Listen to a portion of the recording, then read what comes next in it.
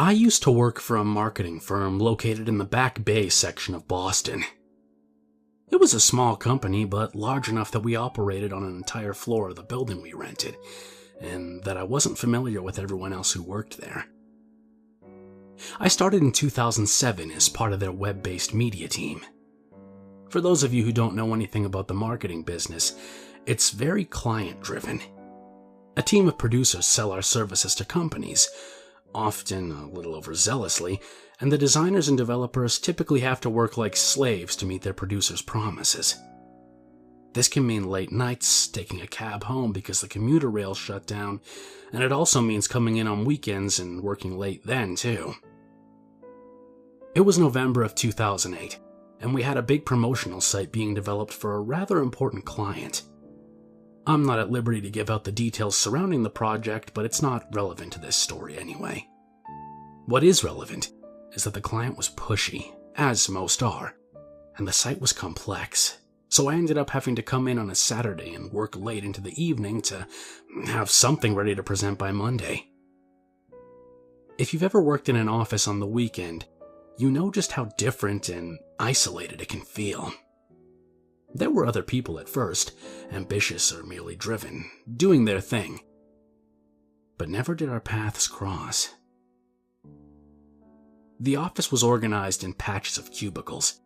We developers tend to be a little off-kilter, goofy, prone to coming in wearing t-shirts and faded jeans, and the higher-ups put us in the back corner so that tours with potential clients could avoid having to explain us and our appearance to them. The corner just happened to be facing the alleyway between our building and the next one. The back row of cubicles eventually got replaced with an aesthetically pleasing row of glassed-in offices for the director of the web-based media team and some selected subordinates. But at the time of this tale, there was only her dark office and a row of grungy cubicles where said subordinates vied for legroom with piping and windows looking out at the brick facade of the adjoining structure. The lighting in our section was often dim. My coworkers liked to loosen any fluorescents that flickered rather than request a change of bulb. My own cubicle was on the far side of the area from the beautiful brick vista, smack dab in a corner with a set of shelves. I only warranted half the space of a regular cubicle because I was the newest member of the team. Seated at my computer, a radiator warming my toes and my back to the rest of the office, I worked on the site. It was a little after midday when the producer called me to check on the status of the project. The nice producers came in and stuck around to show their support when you had to come in on weekends. Sometimes they'd go pick up lunch or dinner to reduce your downtime. The not-so-nice ones called and encouraged you while they went shopping or played golf. Things were going well, and I told her as much. While she began droning on about a list of features I should remember to have implemented, I heard a noise behind me. It sounded like chains rattling, which I thought was an unusual sound for someone to be making, which is why I got up after finishing the conversation and hanging up, and went into the kitchen area to investigate. The kitchen separated our section from the graphic designer group, and was at the end of a large open hall that had several meeting rooms attached before ending on the other side at the lobby with the front desk and elevator. There was an old freight elevator right by the kitchen side of the hall, but we usually avoided it because of its tendency to break down. There was nobody in the kitchen, but as I turned to look down the hall toward the front desk, I saw the door to the freight elevator coming to a close. At the same moment it closed completely, I spotted a coworker heading for the lobby elevator. They turned at the sound of the freight elevator door shutting, saw me, and waved. "Don't forget to turn on the security alarm before you leave," he said. "Am I the last one here?" I asked. He nodded and headed for the elevator. When I got back to my desk, the phone was off the hook. I chalked it up at the time to me being forgetful, but I wonder now if it was something else. The line was making the noise you hear when you've left it off the hook for too long, so I hung it up and went back to work. It got dark out and I still wasn't done, so I called my wife to tell her I'd be working late and to go ahead and eat without me. As I hung up the phone, I heard a creaking sound, like door hinges. I was feeling a little creeped out by being all alone, so I got up and went back to the kitchen area to see if someone had come in. If they had, and I left before them, I wouldn't want to activate the alarm. Between the cubicles and the kitchen is a very tight hallway, which is where the restrooms are found. As I passed it, I saw the men's room door coming to a close, like I'd just missed someone going in. I waited in that spot for about 5 minutes, trying to look nonchalant about standing around, like I was trying to do something instead of just watching to see the person come back out. Finally, feeling increasingly anxious, I walked down the dark hall and slowly opened the men's room door with the blind excuse of, what the hell, I had to go and this is a bathroom. The bathroom wasn't just empty, it was pitch black. The lights had been out since I came in that morning, and nobody had turned them on. Walking into pitch black unexpectedly like that can really put you in a state, let me tell you. Suddenly being blind when you were able to see just a moment ago. It was like the air got sucked out of me. And I realized I was holding my breath, because everything was dead silent and my ears had sensitized in the hope of catching even the slightest sound. I stood there a second, and then turned on my heel and got out of the restroom, back into the hallway where I clutched the wall like I was afraid it was going to fall away and leave me back in that infinite blackness. I wasn't even thinking about whether anyone else was watching me at that point. I couldn't tell you why I was scared at the time. I just was. I didn't like being alone in that office. I knew that right outside was a brightly lit city, but somehow it all seemed really far away. The train station was a block away. I could run to it and be home in a couple hours, but then I'd have to explain to the producer that I wasn't done the site because I got scared, and she was sure to tell everyone else and I'd be laughed out of the office. I flipped the light switch to the restroom there in the hall and went back in. The men's room was about the size of 2 of our cubicles and even grungier than the alley back behind the office. There were 2 stalls, a pair of urinals and a trio of sinks with a wall-length mirror. I hated the urinals because one was right by the door and I felt like people passing by could see in while I went. The other was made for a midget. Even though I was alone, I went and sat down in the stall. I also just felt the need to sit and relax a moment. I was just beginning to relax when I heard the door creak again, followed by footsteps on the tiles. I was relieved by the sound because it meant I wasn't alone. Someone else had come in, and all that sudden fear was just me being irrational.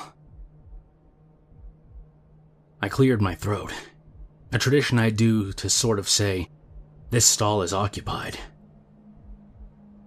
The moment I made the sound, the footsteps stopped. I suddenly felt a little anxious again.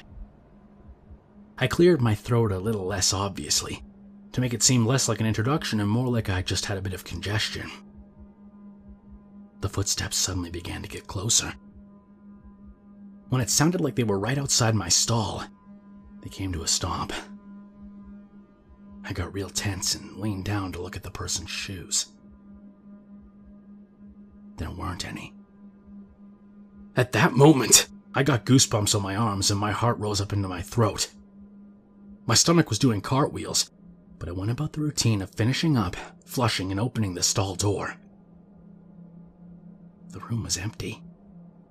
I went over to the sink and began washing my hands, constantly looking over my shoulder and around the room in the mirror. I went to the hand dryer and started it up and was rubbing my hands together when I heard another sound right behind me. I could see in the reflective chrome of the dryer nozzle, the other stall door was shut where before it had been wide open. At that point, I didn't care whether my hands were wet or not. I wiped them on my pants and turned for the door out of that room. The whole space felt smaller, more confined as I walked past the stalls. I heard the click of the lock and the stall door started swinging open as if to greet me. I didn't look in. I didn't want to see even if there was somebody there. I just ran the last few feet, yanked the door open as hard as I could, and bolted down the dark hall back to the safety of my computer. When I got back to the desk, my phone was off the hook again. I could hear someone speaking even before I picked it up. I put it to my ear and listened. At the tone, it will be 7:43. I held the phone there, listening for the mentioned tone.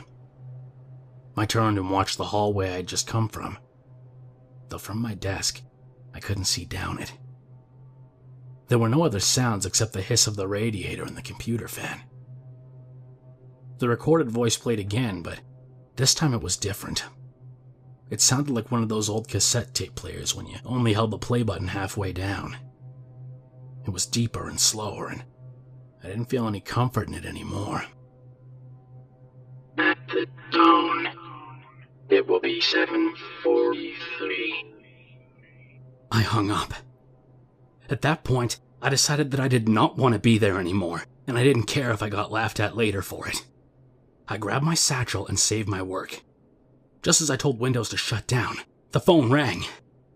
Instinctively, I picked it up, figuring it was the producer calling. I just tell her I'd come in tomorrow and finish it. That's what I'd do. At the tone, it will be 7:45. I hung up and pulled the cord out. The phone at the desk next to mine rang. I ignored it and grabbed my shit to get the fuck out of there. I decided as I walked that my best course of action was to go into the kitchen, walk the long hallway to the front desk, and wait for an elevator. Then I remembered that I had to set the alarm. The alarm pad was past the elevator, around a corner, back by the executive offices. Not a big problem, I thought. As I walked past the dark hall towards the kitchen, I looked down it just to make myself feel better. The door to the men's room was wide open. Worse, it was pitch black inside again. But I realized as I stopped and looked that I had never turned it off. The linchpin in my horror came when the door suddenly began to slowly shut, as if it had been waiting for me as an audience before doing so. I turned away and went into the kitchen, trying not to think about the fact that the men's room was just on the other side of the wall from the hallway I was about to go down. I looked down the hall with the front desk and the elevator out of there, and it never seemed so far away before. I took a step, and from behind came another sound that sent shivers down my spine. The crash bar on the fire escape being pushed. I turned 180. The fire escape was located right next to the director's office and was just about 2 rows of cubicles away from the kitchen area. As I watched, the door to the fire stairs down the back of the building swung slowly open into darkness. I turned back toward the hall and ran. The sound of a ding indicated the arrival of the freight elevator, and as I passed it, the door slowly began to open, just like the stall door in the bathroom. I heard the sound of rattling chains from inside, but I didn't look. I was running for that front desk, running for the elevator down to the lobby. When I got there, I slammed into the wall between the elevator doors and punched at the down button desperately. I turned back to look where I came from. Every time I do, I think of Lot's wife in the story of Sodom and Gomorrah. You never fucking look back. Ever. The back area of the office was bathed in blackness. I couldn't see it at all. There was some light coming into the kitchen from the developer area, but even as I stood there watching, it seemed to fade and become dark. I looked at the elevator floor indicator and prayed that the approaching car was brightly illuminated. 2, 3, 4. The ding of its arrival was beautiful. The doors opened to a well-lit salvation. I scrambled into the elevator and frantically hammered at the ground floor button. As the doors slowly started closing, I watched the encroaching darkness seem to swallow the office. When my car reached the ground floor, I was squashed down into the corner, terrified that it would at any moment fill the compartment and eat me. I bolted through the lobby and out onto the street where I promptly threw up, grossing out a passing cyclist who yelled words of encouragement as he continued down the street. I didn't return to the office the next day. I told the producer I'd gotten violently sick, and she talked the client into extending the deadline. I got chastised for forgetting to set the alarm, but no harm was done. 3 months later, They reorganized the back area of the office, built the subordinates' offices, tore down a wall between our section and the kitchen, and set the cubicles up in a more standard format, moving me from my little corner by the dark hallway. I never went down that hallway again. In the remaining year I was there, if I had to go, I walked down to the front desk and took the elevator down to a floor where there was a public access restroom. Much bigger, much cleaner, much brighter, and far less haunted.